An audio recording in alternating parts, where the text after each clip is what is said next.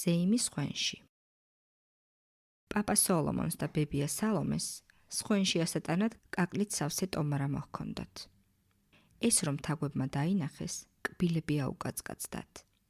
ჭუჭრუტანასთან მოიყარეს თავი და გაფაციცებით ჩასცქერავდნენ ეზოში მომავალ პაპას და ბებიას. ოჰოჰო, რამხელა ტომარაა, იძახდა თაგვი ბუძგა. ბებია სალომემ და პაპა სოლომონმა ტომარა დერეფანში დადგეს, მაგრამ როგორც კი ხელი გაუშვეს, ტომარა წაიქცა და კაკლები ჩხრიალით დაიბნა. ამ ხმაზე თაგვებს კბილები კიდევ უფრო აუკაცკაცდათ. ტუჩები აცმაცუნეს და ნერწყვი გადაყლაპეს. ოჰოჰო, რა კაკალია, რა ზარივით ხმა აქვს, რა გული ექნება, იძახდნენ და ერთ ადგილზე ვეღარ ჩერდებოდნენ.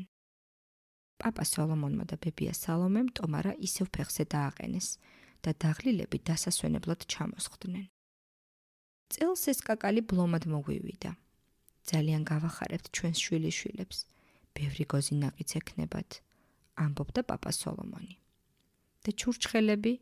ანდა მარტო ჩურჩხელები? რაღარ კეთდება ნიგვზის. ენაცვალოს პაპა ჩვენ საფთანდილს, რომ ჩავალ ქალაქში, ჩემი ჭრელი ხურჯინის და ჩავუჩხრიალებ ჯიბეში. ჩქარა ვეღარ ითმენდნენ თაგვები. ბოლოს პაპა სოლომონი წამოდგა. კედელზე კიბე მიაყუდა და ხვენში აძვრა. კალათი კავზე ჩამოჰკიდა და ძირს დარჩენილ ბებიას ჩააწოდა. ბებიამ კალათი კაკლით გაავსო. პაპამ კავი ასწია. კალათი მაღლა აიტანა და კაკალის ხვენის შუაგულში დაყარა. ამან ხომ თლად გადარია თაგვები. ეუჰ, იძახდნენ კბილების კაცკაცით. პაპა სოლომონი რომ კიბისკენ მიბრუნდა, ცაცხანა თაგვმა მეტი ვეღარ მოითმინა, გაუსხლტა თაგვებს, დასტაცა ერთ კაკალს პირი და გამოიქცა. თაგვები ცაცხანას დაედევნენ. ერთი გვაჩვენე როგორი კაკალიაო. მაგრამ ცაცხანა მირბოდა და ბრაზობდა. მე რას მომდევთ, წადით და თქვენ თვითონ ეცადეთო. თაგვები გამობრუნდნენ და ისევ პაპა სოლომონს დაუწყეს თვალთვალი. პაპა სოლომონი ამოიტანდა სავსე კალათს, დაცლიდა ხვენის შუაგულში კაკალს და გაშლიდა. ამოიტანდა და დაცლიდა. მალე ტომარაც დაიცალა. პაპა სოლომონმა კაკლის გროვას ირგვლივ შემოუარა, შემოამრგვალა, ზემოდანაც გადაასწორა და ძირს ჩავიდა. პაპა რომ გაიგულეს, ყველა თაგვი ერთად გამოვარდა სამალავიდან. ჯერ თითო კაკალი მოიდაცეს და გაიქცნენ. მერე იფიქრეს, თითო-თითოს რას მივარბენინებთ, განა სულ ჩვენი არ არისო? ისევ გამოცვიდნენ და ზედ გროვაზე დაიწყეს კოდრიალი. ჭამა ვიღას ახსოვდა.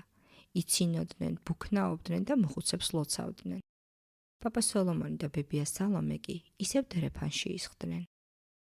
ისევ იმას ლაპარაკობდნენ, როგორ გაახარებდნენ თავიანთ შვილიშვილებს ბროლა კაკლით და არ იცოდნენ, რომ იმ კაკლით თავდაპირველად თაგვები ხარობდნენ და ახლა ისინი მთელი ქვეყნის გასაგონად ლოცავდნენ ამ კეთილ მოხუცებს.